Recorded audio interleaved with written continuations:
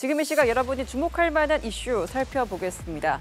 내일은 옷차림을 더 따뜻하게 하셔야겠습니다. 서울 등 곳곳에 한파주의보가 내려진 가운데 중부 내륙의 아침 기온이 영하 10도까지 떨어지겠습니다. 충남과 호남 서해안에는 많은 눈도 예상되는데요. 보도에 김재훈 기자입니다.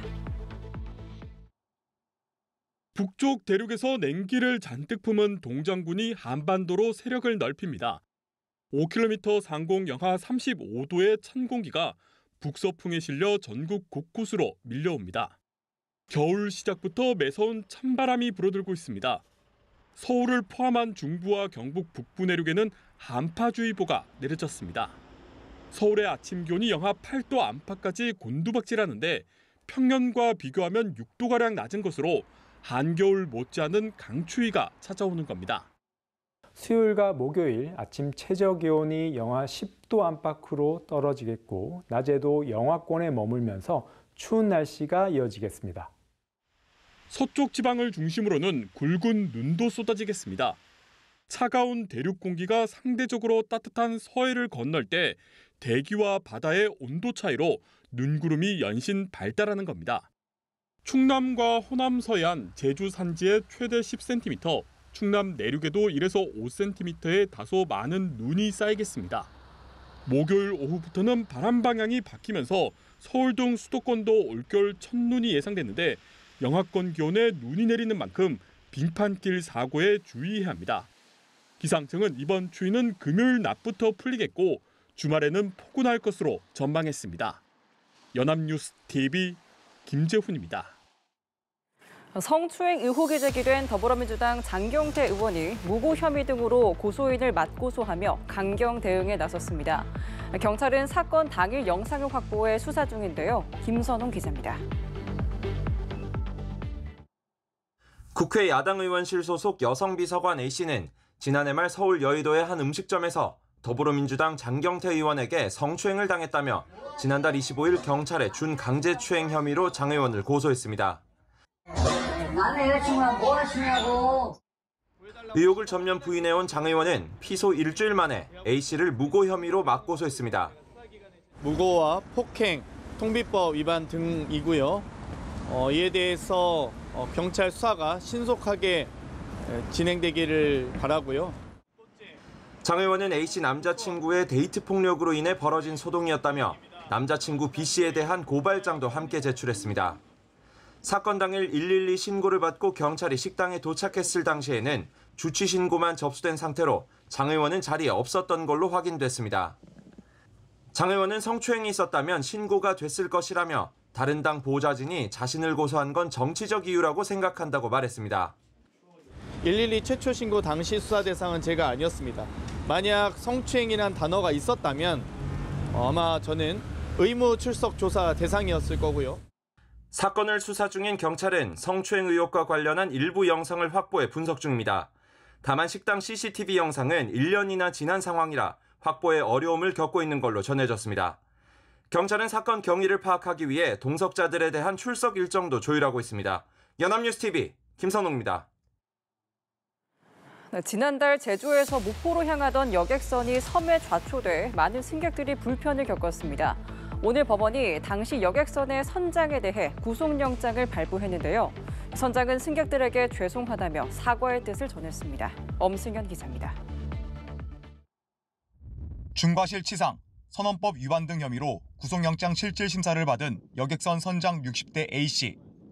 심사 후 호송차에 오른 A씨는 승객들에게 죄송하다고 사과의 뜻을 전했습니다. 죄송합니다. 성실서서 임하겠습니다. 승객분들한테 미안한 거 없으세요? 승객들한테 죄송하답니다. 법원은 A씨에 대해 구속영장을 발부했습니다. A씨는 선원법상 협수로 지역을 지날 때 선장이 주의하도록 규정되어 있지만 이를 어긴 혐의를 받고 있습니다. 또 사고의 역을 천여 차례 다니면서도 취향 이후 조타실에서 근무하지 않았던 것으로 드러났습니다. 사고 이후에는 선원들에게 자신이 조타실에 있었다고 진술해달라고 했던 것으로 알려졌습니다. 선장은 근무 시간이 아닌 걸로 확인되고 있습니다. 그래도 협수료에도 그 규정상은 나와야 되는데 평상시에도 나오지 않았던 걸로 추정이 되는데요. 해경은 앞서 중과실치상 혐의로 1등 항해사와 조타수를 구속해 조사한 뒤 지난달 28일 검찰에 넘겼습니다. 이 자리를 빌어서 말씀드리는데 저 때문에 제 잘못으로 인해서 놀라고 다시 졌을 환자분들에게 죄송스럽고 특히 임산부분이 한 분 계셨는데 또 사고 해역의 운항 통제를 담당하는 목포 해상교통관제센터 관제사에 대해서도 조사를 이어가고 있습니다. 앞서 승객 등 267명을 태우고 제주를 출발한 여객선 퀸제누비아 2호는 지난달 19일 전남 신안군 앞바다 족도에 좌초했고 3시간여 만에 탑승자 전원이 구조됐습니다. 연합뉴스 TV 엄승현입니다. 국산 담배 175만 갑을 해외로 보냈다가 다시 들어오며 세금을 빼돌리려던 밀수 조직이 적발됐습니다. 이들은 관세가 붙지 않은 반송 화물로 위장해 세관 단속을 피해왔는데요. 적발된 담배 시가만 70억 원이 넘습니다. 세관 당국은 조직적인 밀수 범죄를 엄단하겠다고 강조했습니다. 임혜준 기자의 보도입니다. 창고에 상자가 가득 쌓여 있습니다. 안에 든 건 생소와 신문지, A4 용지 등입니다. 모두 밀수 담배 대신 무게를 맞추기 위해 넣어둔 것들입니다. 세관 당국이 수출된 국산 담배를 다시 들여오며 단속을 피해온 밀수 범죄 조직을 적발했습니다. 총책과 통관책 등 주요 피의자 3명은 검찰에 구속 고발하였고 나머지 공범 3명은 불구속 고발하였습니다. 이들은 해외로 나가는 반송 화물이 일반 화물보다 통제가 느슨하고 관세가 부과되지 않는 점을 노렸습니다. 야간과 주말에 보세 운송 차량을 비밀 창고로 빼돌린 뒤 담배를 꺼내 국내에 유통했고 빈 상자에는 생소와 신문지, 종이를 넣어 무게를 맞춰 정상 반송 화물인 것처럼 위장했습니다. 적발된 담배의 시가만 73억 원에 달합니다. 세관 당국은 첩보를 토대로 탐문과 CCTV 분석을 통해 비밀 창고를 특정했고 수개월에 걸친 추적 끝에 조직을 검거했습니다.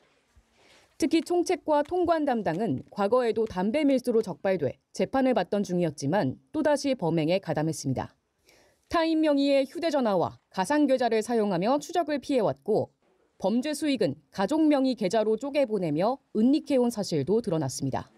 피의자들은 밀수를 통해 얻은 수익으로 고가 아파트에 거주하며 명품 구매는 물론 초고가 수입 차량을 몰며 초호화 생활을 이어온 것으로 확인되었습니다. 세관 당국은 조직적인 밀수 범죄를 엄단하겠다고 강조했습니다. 연합뉴스 TV 임혜준입니다. 전산망 마비 사태를 불러온 국정자원 화재뿐만 아니라 각종 화재 현장에서 리튬 이온 배터리가 자주 발견되고 있죠. 우리가 자주 쓰는 보조 배터리 역시 안전해서 자유롭지만은 못한데요. 실제 한 조사에서 대상 제품 12개 중 4개는 과충전 시 폭발 등을 일으킬 우려가 있는 걸로 나타났습니다.